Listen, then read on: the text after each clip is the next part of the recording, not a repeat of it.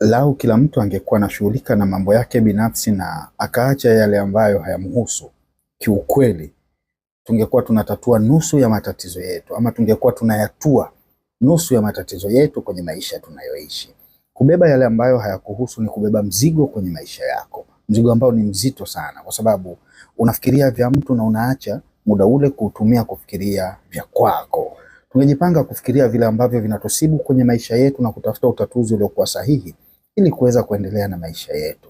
Lakini unakuta mtu anashughulika na mambo ya mtu mwingine na anapoteza muda wake kabisa, na muda mwingine unakuta huyo mtu anaingia mpaka gharama kuhakikisha kwamba anayapata yale ambayo ni ya mtu mwingine na hayamhusu kabisa, hayana faida kwake.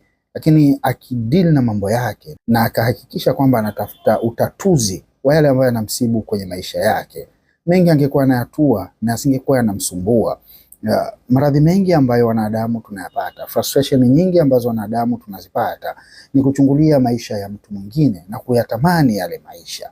Usitamani hayo maisha kwa sababu hujui amepitia yepi, na vile vile hujui anapitia yepi katika wakati huu. Unapotamani maisha yake, elewa kwamba viatu ambavyo yeye amevivaa either vitakuwa vinakupwaya au vitakubana, lakini havitoweza kuwa size na mguu wako. Kwa hiyo tujitahidi kutamani vya kwetu, tujitahidi kudeal na vya kwetu, tujitahidi kuchungulia katika maisha yetu na sio kudeal na maisha ya mtu mwingine katika kutamani vile ambavyo yule mtu anavyo kwenye maisha yake.